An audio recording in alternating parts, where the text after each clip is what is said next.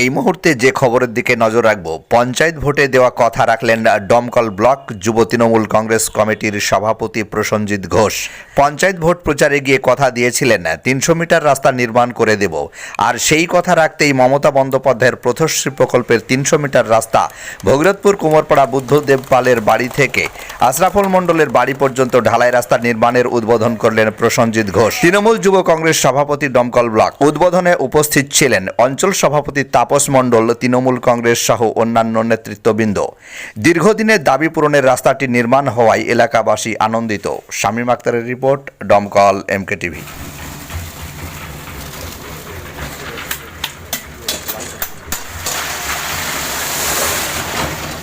একটু রাস্তায় কাদা ছিল যে।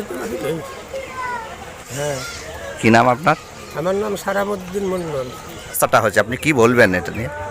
যে রাস্তাটা হচ্ছে, এতে আমাদের খুব সুবিধা হয়ে গেল, কাদা মাদার হবে না, পাকা হয়ে যাচ্ছে, ভালোই হচ্ছে, আমাদের সুবিধাই হবে। কি নাম আপনার? ময়না।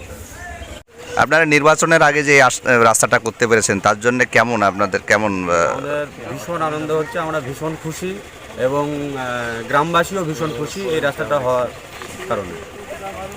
নাম পরিচয়? নাম মঈনুদ্দিন মণ্ডল, 64 নম্বর বুথের নির্বাচিত 6 নম্বর অঞ্চল। আমাদের গ্রাম হচ্ছে কুমারপুর, 63 আর 64 নম্বর বুথ।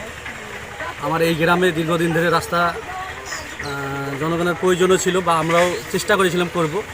তো অনেকই রাস্তা সব এগিয়ে গেছে, আমাদের দুটো রাস্তা আর বাকি আছে, সম্পূর্ণ রাস্তা আমাদের কমপ্লিট। তো আর আমাদের যারা জনস্বার্থে যারা বা আমাদের রাস্তাঘাট আছে সম্পূর্ণ সব কিছু কমপ্লিট, আমাদের আর কোনো ব্যাপার নেই। তো আমাদের এখানে জনগণ যারা আছে তারা খুব খুশি।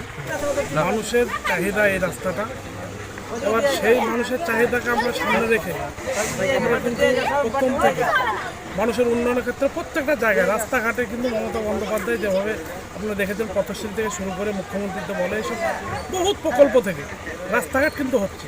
কিন্তু যে বাধার সম্মুখীন বলছেন, এগুলো কিন্তু হয় না, কেননা সঠিক রাস্তাটা করতে গেলে কিন্তু বাধা হয় না। কিছু কিছু মানুষ আছে যারা রাজনীতিটা করে, এই বাধা দিয়েই করে, এগুলো কিন্তু এখানে নাই, কেননা এখানকার মানুষের চাহিদা আছে। আমরা বলেছি মানুষকে যে আপনারা যেভাবে মনে হবে ভালো হবে সেভাবে আপনারা দেখে রাস্তাটা করে নেবেন। এটাই আজকে আমরা এখানে এসছি উদ্বোধন করতে। এখানকার মানুষের যে চাহিদা ছিল সেটাকে আমরা পূরণ করার কথা দিয়েছিল। আর কিছুক্ষণ আগে আমাদের পৌর কর্মাধ্যক্ষ বললেন আগে যে সে বলেছিল যে ভোটের টাইমে আসার পরে যে আমরা মানুষকে প্রতিশ্রুতি দিয়েছি যেগুলো, সেগুলো প্রত্যেকটা পালন করার আমরা চেষ্টা করব। নাম পরিচয়? নাম তাপস মণ্ডল, অঞ্চল সভাপতি, ভগীরথপুর অঞ্চল তৃণমূল কংগ্রেস। কিছুদিন আগে যখন পঞ্চায়েত নির্বাচনে আমরা এই এলাকায় প্রচারে এসেছিলাম, তখন এই রাস্তার অবস্থা খুব খারাপ ছিল। এলাকাবাসীর দাবি ছিল যে রাস্তাটা করে দেওয়া। সেই সময় আমরা কথা দিয়েছিলাম যে লোকসভা নির্বাচনের আগে আমরা রাস্তাটা সম্পূর্ণ করব।